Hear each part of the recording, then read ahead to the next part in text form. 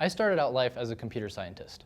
I was into all things computers, video games, artificial intelligence, big data, and I loved it because whatever idea I imagined, I could go out and build it with my hands.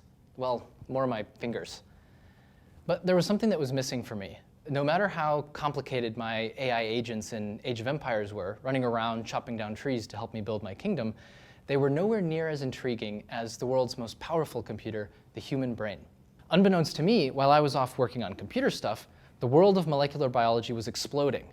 Things that I imagined were in the realm of science fiction were becoming routine in laboratories. Scientists could go into cells and edit their DNA to change their behavior, and they could even construct entirely new molecules from DNA building blocks. In terms of medicine, that means that we didn't have to rely on nature to give us components anymore.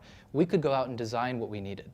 It was in Caltech's Computation and Neural Systems option, a somewhat bizarre and delightful program, that I discovered I could take my passion for computers and apply it to something like neurodegenerative diseases like Alzheimer's. And it was also here that I discovered this parallel. In molecular biology, we can now treat biology almost like an operating system that we can make and modify software for. We just needed a way to load it. In Viviana Grodnaru and Matt Thompson's lab, I work in the exciting field of engineering viruses, not the bad kind. We take these harmless viruses from nature called adeno-associated viruses, and I like to think of them as just shells that can carry and deliver DNA. And we modify them to give them new functionality. Things like delivering genes to those dying neurons in the brain that need it most.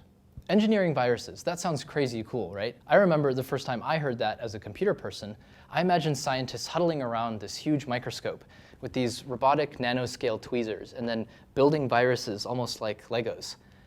Unfortunately, that's not what it's really like. I've since discovered it's more like cooking. You take some raw smelly thing, you shake it, you mix it, spin it, wash it, add a bit of this and a bit of that, and at the end you get a tube of clear liquid. I promise there's DNA in there. So what does any of this have to do with computer science? Well, in this tube of DNA is data. One of the techniques that have been a big breakthrough in the last few years have been, instead of just testing one virus at a time, we can synthesize the DNA of huge pools of viruses and then test them all together. Coupled with some other neat techniques, microfluidics and deep sequencing, my research workflow looks something like this. I take a bunch of viruses, I put them into cells, and then I inspect the cells to ask what viruses got into what cells and what did they do there. Now we have a huge data problem. We have potentially millions of viruses, thousands of cells, and each cell has a complex numerical footprint defining its behavior.